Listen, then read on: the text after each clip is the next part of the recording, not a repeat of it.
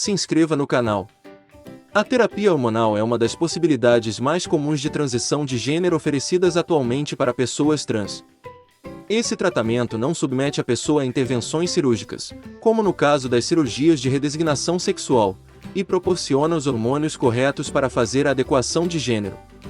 De acordo com Bárbara Hans, biomédica, CEO da linha canábica e pioneira no tratamento com fitocannabinoides no Brasil, a maconha também pode contribuir com o tratamento hormonal. Ela explica que medicamentos à base de canabinoides podem auxiliar no equilíbrio hormonal e tornar a transição de gênero mais confortável para pessoas trans. A especialista trabalha há pelo menos 10 anos com tratamento à base de canabinoides para diversas frentes, desde epilepsia até estudando os benefícios da maconha para a saúde feminina. Há meses ela estuda como a planta e óleos derivados podem auxiliar pessoas trans. Os estudos são super escassos e é difícil encontrar material que fale de gênero e cannabis. Mas é possível perceber que a maconha pode auxiliar no conforto e no nível de acolhimento durante o processo, explica. Apesar de ser de extrema importância, a terapia hormonal pode ser um pouco desconfortável, principalmente no início, por conta da alta quantidade de hormônios que o organismo recebe. A pessoa toma um hormônio e o corpo está produzindo outro.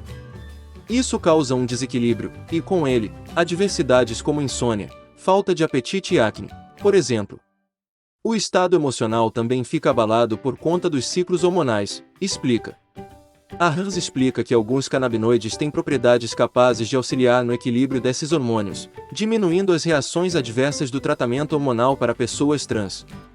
O organismo produz canabinoides endógenos e a planta, canabinoides exógenos.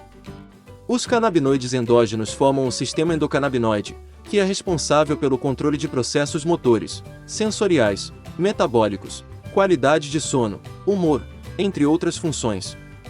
Dentro do nosso corpo é liberado um monte de substâncias químicas para o funcionamento de tudo acontecer e existem os mediadores químicos que se conectam com os receptores para que exista o estado de homeostase, que é o estado de equilíbrio do organismo.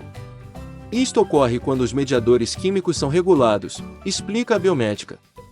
No caso do uso aliado ao tratamento hormonal, esse equilíbrio pode impactar diretamente na qualidade de vida da pessoa trans. O sono fica mais tranquilo, consegue-se superar o nível de ansiedade, a alimentação se equilibra e essa transição fica mais tranquila, diz.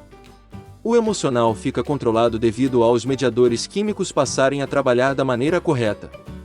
Alguns têm interação positiva entre os canabinoides e os receptores de serotonina. Alguns são considerados antidepressivos, outros a regulação de humor. Isso ocorre porque os endocannabinoides modulam a resposta dos neurotransmissores como dopamina e serotonina, o que promove bem-estar, explica. Canabinoides utilizados na terapia hormonal. O canabidiol, CDB, e o tetrahidrocannabinol, THC, são os hormônios comumente utilizados por a Hans em pessoas trans em tratamento hormonal.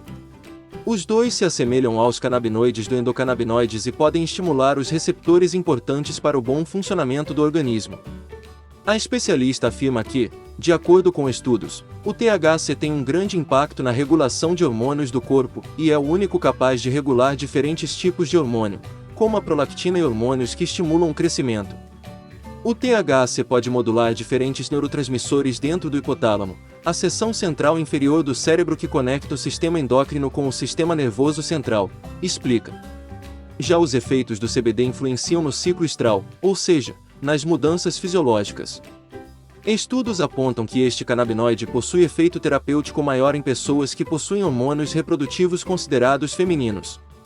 Como os óleos de canabinoides devem ser manuseados? Hoje os médicos brasileiros não têm nem ideia do que é maconha medicinal, explica a especialista. O motivo: os medicamentos à base de maconha não podem ser prescritos da mesma maneira que outros tipos de medicamentos ou com macrodosagens. Isto porque a resposta do organismo à maconha pode variar de pessoa para pessoa. Dosagens e tipos de canabinoides aplicadas de maneira equivocada podem causar uma série de danos. A Hans ilustra isso por meio da prescrição de CBD.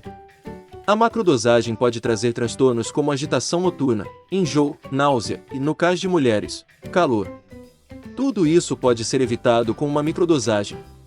A microdosagem é definida de maneira mais específica, a partir de informações como idade, peso, rotina, queixas, alimentação e até mesmo o cotidiano. O autoconhecimento também se mostra um atributo importante para pacientes. Com isso, é possível montar uma tabela de dosagem para que aquela pessoa vá se adequando, explica.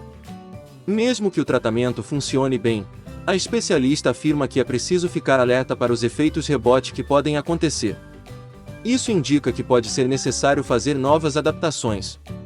Cada organismo funciona de uma forma, então é importante esse conhecimento para que as pessoas levem o tratamento adiante, diz.